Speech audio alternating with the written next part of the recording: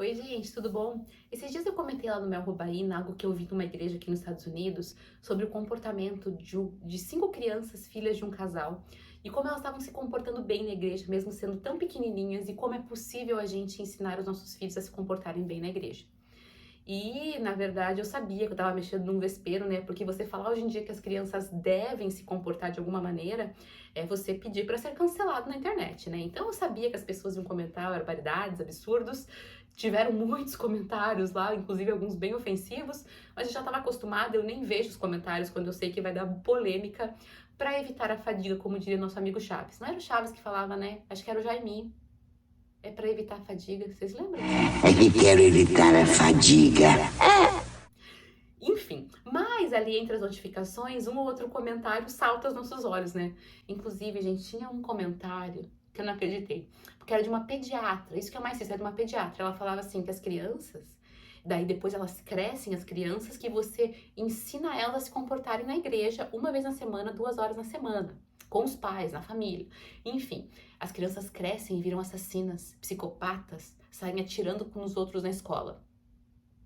Sério, foi muito engraçado esse comentário. Mas enfim, dentre esses comentários todos ofensivos, engraçados, malucos, intolerantes, tinham alguns de pessoas muito sinceras falando: tá, Melina, mas eu quero muito que os meus filhos se comportem na igreja. Eu tento e eu não consigo que eles se comportem.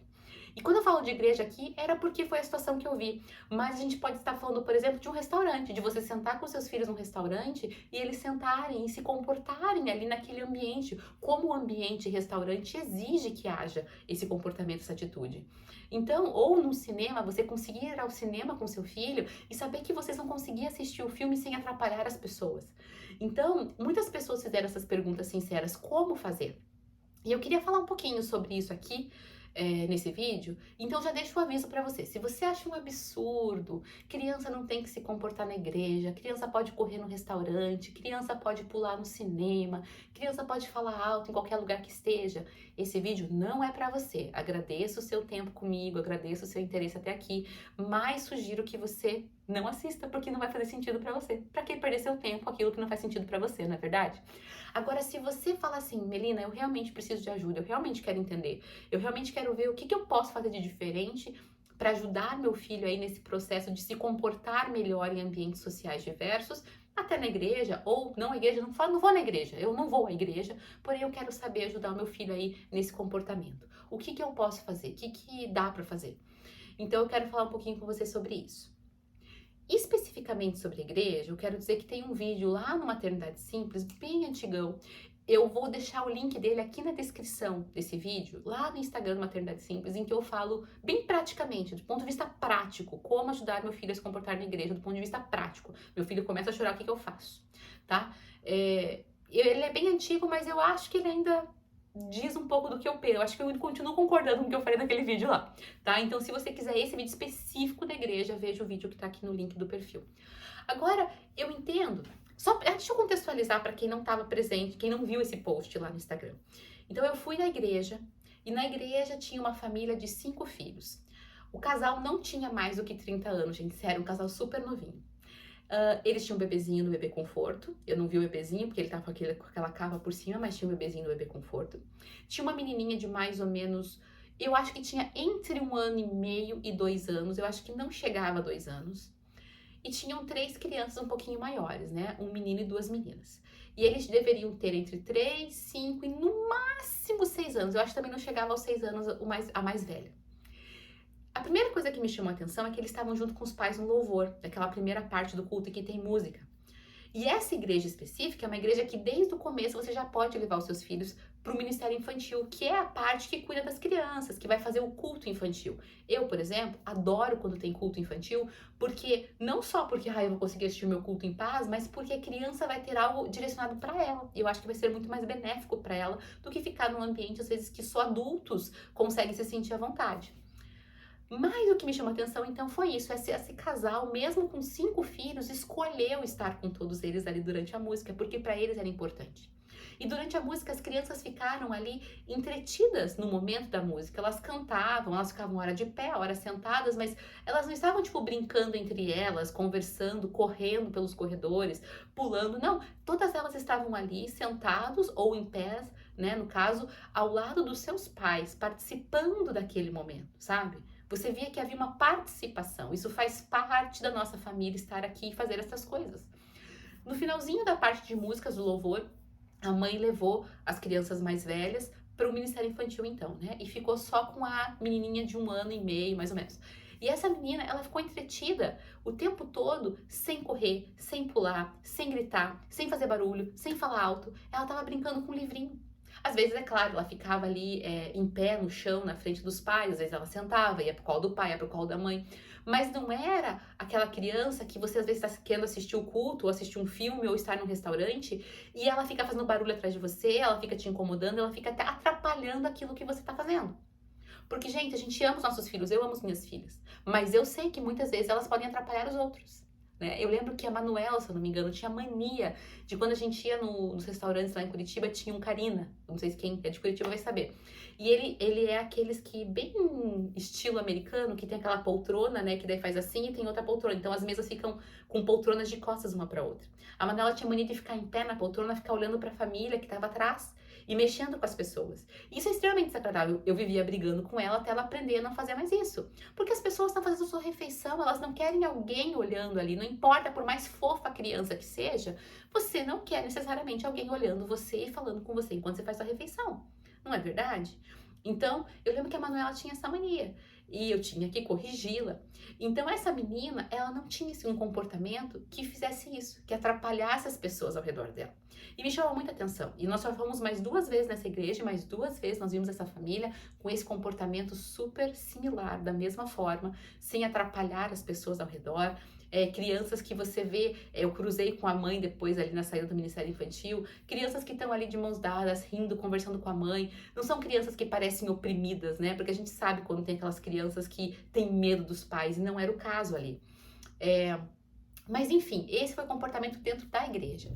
Mas muitas vezes a gente quer que os nossos filhos tenham um comportamento adequado no cinema, por exemplo. Eu quero poder levar meu filho ver um filme e saber que ele não vai atrapalhar todas as pessoas ao redor. Ou, como eu falei, ir ao restaurante e poder comer, né, num ambiente agradável, que os meus filhos vão ficar sentados comendo, porque é para isso que o restaurante existe. Existe muita gente que acha que não tem problema as crianças ficarem correndo pelo restaurante. Eu sei porque eu fiz uma enquete esses dias no Maternidade Simples e muita gente achou que tudo bem deixar o filho correndo no restaurante, e eu fiquei mais chocada ainda que tinha gente falando tudo bem deixar o filho correndo no cinema. Gente, é claro que se eu vou ver um filme de criança, eu sei que vão ter crianças, eu sei que elas vão falar alto, eu sei que elas vão pedir ajuda para os pais, eu sei que vai acontecer várias coisas que não vão me permitir ter uma experiência de cinema completa como eu gostaria. Só que uma coisa é uma criança fazer uma pergunta pro pai ou falar alto alguma coisa, né, tá comendo alguma coisa. Outra coisa é a criança achar que está no cinema como se ela estivesse na sala de casa. Né? Só que as pessoas hoje em dia não têm mais essa visão de que existe bom senso para muitas coisas. Mas, como eu falei, se você tá aqui é porque você tem um bom senso. E você quer ajuda aí para o seu filho seguir esse bom senso. Então, eu vou jogar algumas ideias aqui pra gente estar refletindo a respeito, tá? Eu vejo que o grande problema quando a gente quer falar sobre os nossos filhos se comportarem de determinadas formas no ambiente social é porque os nossos filhos, eles estão acostumados a terem as coisas do jeito deles. E quando eu digo do jeito deles, não estou dizendo que você mima os seus filhos. Não estou dizendo que seus filhos são mimados. Mas eu estou querendo dizer que dentro do contexto, por exemplo, da própria casa, né? Elas estão dentro de casa, então a criança pode fazer tudo o que ela quiser dentro da casa. E novamente, não estou falando que você está criando mal seu filho, que você está mimando o seu filho, não. Mas vamos pensar comigo aqui. Por exemplo, teu filho está brincando. Ele pode brincar com todos os seus brinquedos em qualquer cômodo da casa, da maneira que ele quiser? Ou tem regras? Não, esse brinquedo você só pode brincar em cima da mesa. Este brinquedo você só pode brincar no seu quarto. Este brinquedo tem que ser guardado imediatamente após o uso. Você não pode desenhar nessa mesa. Você não pode brincar com massinha naquela mesa sem o protetor. Existem regras para a criança seguir dentro de casa? Muitas vezes não existe. E porque não existe, ela está acostumada a ter a liberdade plena de fazer o que quiser sem se importar com o outro. Por exemplo, minha filha está brincando no meio do corredor, ela vai receber uma chamada. Eu vou falar, filha, as pessoas transitam pelo corredor. Não dá para você ficar brincando aqui no corredor, porque você atrapalha as pessoas. Ela precisa aprender a ter o olhar para o outro. E muitas vezes dentro de casa, principalmente as crianças que são os filhos mais velhos, por muito tempo são filhos únicos, não tem essa visão do outro. Porque de fato a gente deixa elas fazerem o que elas quiserem, não atrapalha, não é um grande problema, né? Então ela tem sempre a visão de si mesma, que é comum das crianças, só que elas não conseguem sair dessa visão de si mesmas para a visão do outro. Então, por exemplo, o seu filho quando vem conversar com você e ele vem gritando, você ensina ele que ele tem que falar mais baixo, que gritando atrapalha as pessoas ao redor? Ou quando ele tá brincando e ele tá a plenos pulmões gritando, você explica para ele que não dá para gritar porque tem uma pessoa vendo televisão ou uma pessoa que tá dormindo? Você ensina o teu filho, por exemplo, que quando você e seu marido, ou você e sua esposa estão conversando, ele não deve interromper? Ou toda vez que ele interrompe vocês, vocês param tudo para ouvir seu filho? Essas pequenas coisas são coisas que dificultam esse processo do nosso filho olhar para o outro. Nós precisamos ajudar os nossos filhos a ver que eles não são únicos no mundo. E começa dentro da nossa casa, fazendo eles enxergarem as necessidades do pai, as necessidades da mãe e, quando tiver irmãos, as necessidades dos irmãos. Então, quando você ensina o seu filho a guardar o seu brinquedo para não atrapalhar o outro, a falar mais baixo para não atrapalhar o outro, porque a gente sabe, a gente criança sabe falar alto, né? Meu Deus, você fala baixo, e ele começa a falar baixo, mas de repente tá falando alto de volta. É uma coisa de louco, né? Enfim, é uma coisa da criança, a gente sabe, e a gente tem que orientar essa criança para ela conseguir vencer isso, né? Então a gente precisa ensinar o nosso filho a olhar para o outro, a começar dentro de casa. Sabe? E muitas vezes a gente não faz isso, porque a gente mãe, principalmente nós mães, né? Nós somos muito solistas, e a palavra não é solistas, eu quero dizer, nós muito altruístas quando diz respeito aos nossos filhos. Sabe aquela coisa de dar a última fatia de bolo, dar o último pastel, dar as últimas coisas sem se importar? Pode mudar o canal da TV, não pode, não, eu tava assistindo, mas pode mudar. A gente é muito altruísta nesse sentido. E muitas vezes, quando nós somos tão altruístas, nós roubamos a oportunidade que temos de ensinar os nossos filhos a olhar para a necessidade do outro. Então, nós precisamos saber olhar para falar assim, filho, só tem um pedaço de bolo. Você pediu o último pedaço, mas a mamãe não comeu nenhum. Você comeu 2 já. Então a mamãe vai comer esse último. Ou não, então a gente vai dividir. Você não vai comer tudo, sabe? Aqui em casa a gente tem muito isso, assim. Eu tenho tentado muito ensinar as meninas a... posso repetir? Pode. Mas veja se mais alguém quer repetir também. Você não pode comer tudo que tem. Tem que dividir, tem mais pessoas na casa. Porque isso ajuda os nossos filhos a olhar para o outro. E ele entender que ele não é o único no mundo. Entender que tem coisas acontecendo ao redor dele que nós temos que respeitar. Isso é o primeiro passo para quando você chega numa igreja, num restaurante, num cinema ou qualquer outro ambiente. Porque às vezes a gente fala assim, eu não vou na igreja, né? Eu não sou religioso. Mas você vai num casamento um dia e tem uma cerimônia religiosa. E o teu filho não consegue ficar sentado do seu lado, e você não consegue fazê-lo ficar quietinho, você não consegue falar para ele falar baixinho. Ou você vai na casa de uma pessoa, na casa de uma família que te convida, e o seu filho sobe no sofá de sapato, fica pedindo as coisas que tá vendo, quer abrir a geladeira. Pensa só, que constrangedor, né? E muitas vezes é simplesmente porque a gente não conseguiu ajudar o nosso filho a olhar para o outro. Então nós precisamos trabalhar isso, sabe? Primeiro dentro de casa e depois, a partir de então, quando a criança ela tiver isso na cultura familiar, sabe? Nós nos preocupamos com o outro. Mamãe se preocupa com o papai se preocupa com o filho se preocupa com a mãe e vice-versa. Todo mundo junto, olhando para o outro, vai ficar muito mais fácil de você falar, filho, aqui o ambiente da igreja ou o ambiente do restaurante exige isso, isso e isso de comportamento. Então nós precisamos nos comportar assim, porque senão a gente atrapalha as pessoas. Sabe? Então fica muito mais fácil, porque a criança já se acostumou a entender que ela não é única no mundo e que existe uma regra pelo bem de todos e não somente, né, o dela. Então eu vejo isso, sabe?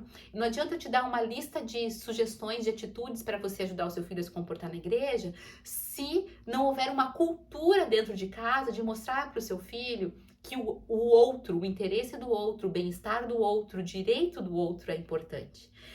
Então eu acho isso muito essencial, você fazer essa reflexão. Será que eu estou ensinando ao meu filho que o que o outro pensa, o que o outro precisa, o que a sociedade exige também é importante? É tão importante quanto o bem-estar dele?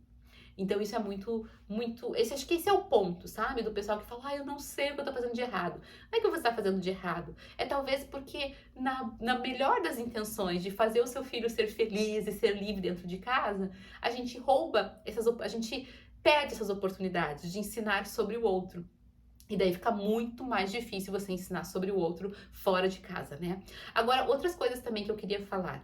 Uma coisa, nem todo dia vai ser perfeito, gente. Sabe, não é porque você ensinou o teu filho várias vezes e muitas vezes e muitas vezes ele fez certo que ele tá imune ao erro. Não tá.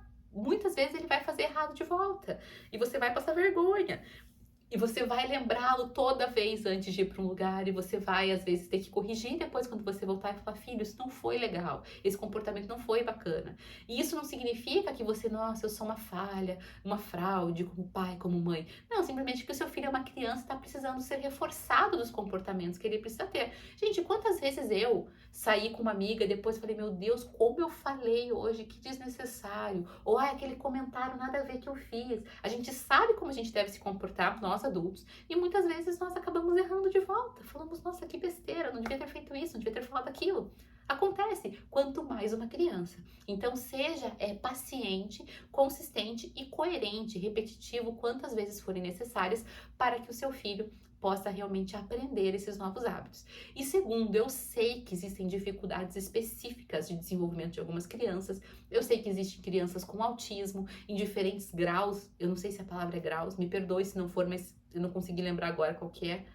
Né, em diferentes graus, diferentes níveis, não sei se essa é a palavra, mas com autismo, né? E que tem maior dificuldade de se comportar dentro de algumas regras pré-estabelecidas de conduta.